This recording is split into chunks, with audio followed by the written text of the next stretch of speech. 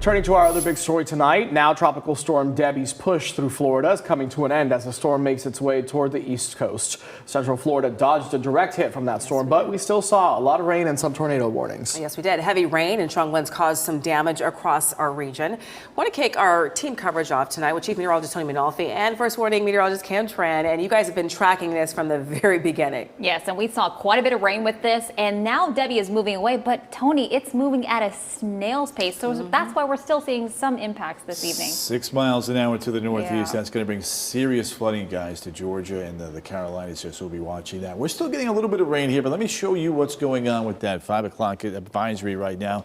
You can see winds are down to 50 miles an hour. It's slowing down here as we go through the next couple of days here through Savannah. They're going to get a lot of rain. Speaking of rain, we just had a heavy downpour here come through the I-4 corridor. We get these feeder bands on the back side of this system here as we go through the overnight time frame and even into the day tomorrow. And as they come through, look at that 31 mile an hour wind gust with that recent squall through Altoona lifting up towards Palm Coast. DeLand, this one's headed your way here shortly. Off towards the south, fast moving showers here in the metro areas. Another big band of moderate to heavy rain, Bushnell down towards Mascot. And then last but not least, heavy rain now south side of Point Siena back towards Kissimmee and the Turnpike. With more on the rain and the wind and what to expect tonight, here's Cam. That's right. We've seen some peak winds around 40 to 4 miles per hour in Orlando, about 43 in Sanford. So some tropical storm strength winds today, and we will see that continuing into the evening. That's why we have these wind advisories in effect until about 11 o'clock tonight for Flagler County, and that's because we could still see an occasional gust as strong as 40 to 45 miles per hour. Now, Tony showed you early on the radar, we're going to see some on and off rain showers through the evening. So if you have some dinner plans outside tonight, make sure you bring that umbrella with you. And we are going to see that chance for a rain shower too in the morning, but drier air will start to work its way in as Debbie moves away and on the back side of the system.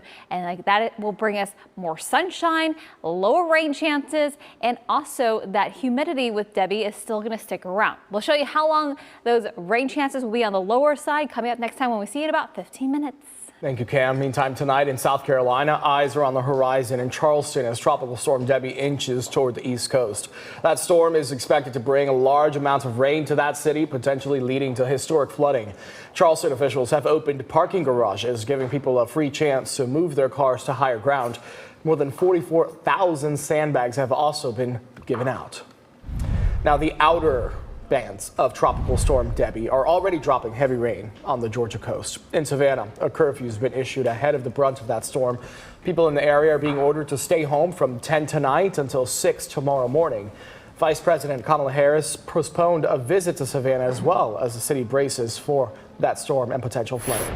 And Debbie brought high winds, rain, and flooding to several areas in Florida and Cedar Keys, south of where the storm made landfall this morning in Steinhatchee. Video shows some of the impact as the system rolled in overnight. Water can be seen flowing into the street as high winds pound the island. Several inches of rain from that storm also causing widespread flooding in the Tampa Bay area. You can see water and other debris covering some of the streets there. And a little further south in Sarasota, people could be seen kayaking through the floodwaters today as some cars had been abandoned and submerged in the streets.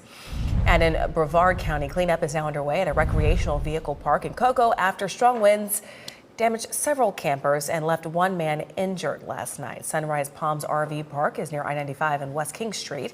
Video from that park shows flipped campers, broken fences, and other damage. At last check, the sheriff's office said the man hurt is expected to be okay.